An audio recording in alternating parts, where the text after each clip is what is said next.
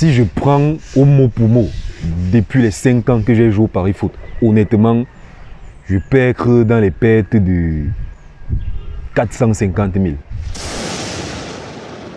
L'addiction au paris sportif peut souvent conduire les jeunes du chemin de l'espoir vers la route du désespoir. Nous partageons avec vous l'histoire de Roméo qui a failli perdre son année académique dans ces jeux de hasard. Je suis un ex-parieur, du moins les paris sportifs. J'ai été victime de ces histoires pendant pratiquement 5 ans. Je me rappelle, en 2019, après l'obtention de mon baccalauréat, il était question pour moi de faire une préinscription en ligne à l'université de Yaoundé dans la filière informatique. En réalité, durant ce cursus scolaire, il était question pour moi de payer ma tranche des grosses universitaires, à laquelle, tellement j'étais accro au paris sportif, j'ai pris la somme de 25 000 francs.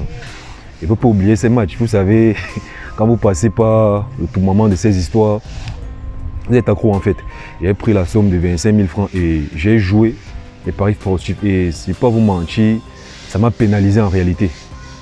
Ça m'a tellement pénalisé au point où je me suis posé la question, mais où est-ce que je pars? Qu'est-ce que je vais faire? Durant la date des examens, vraiment, j'étais défocalisé.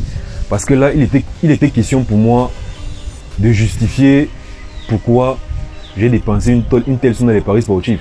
Si je prends au mot pour mot, depuis les 5 ans que j'ai joué au Paris Foot, honnêtement, je peux être dans les pertes de 450 000. 450 000. Oui. Et qu'est-ce qui te motivait toujours à jouer? Ce qui me motivait à jouer, c'est l'espoir de gagner là. Parce que tu peux voir dans ces histoires, tu vas avoir peut-être mise 10 000 et gain total, peut-être 400 000, 300 000. C'est l'espoir là. Donc, il se nourrit de nous en fait. Genre, tu as l'espoir que tu vas gagner le 400 000 là. C'est ce qui me poussait toujours à jouer en fait. Quand tu as décidé d'arrêter, tu as dit à tes amis comment ils ont réagi? Mes amis, vraiment, ils étaient étonnés.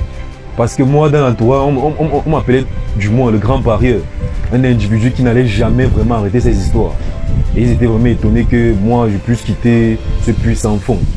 Et qu'est-ce que tu conseilles aux jeunes qui se lancent sur cette affaire?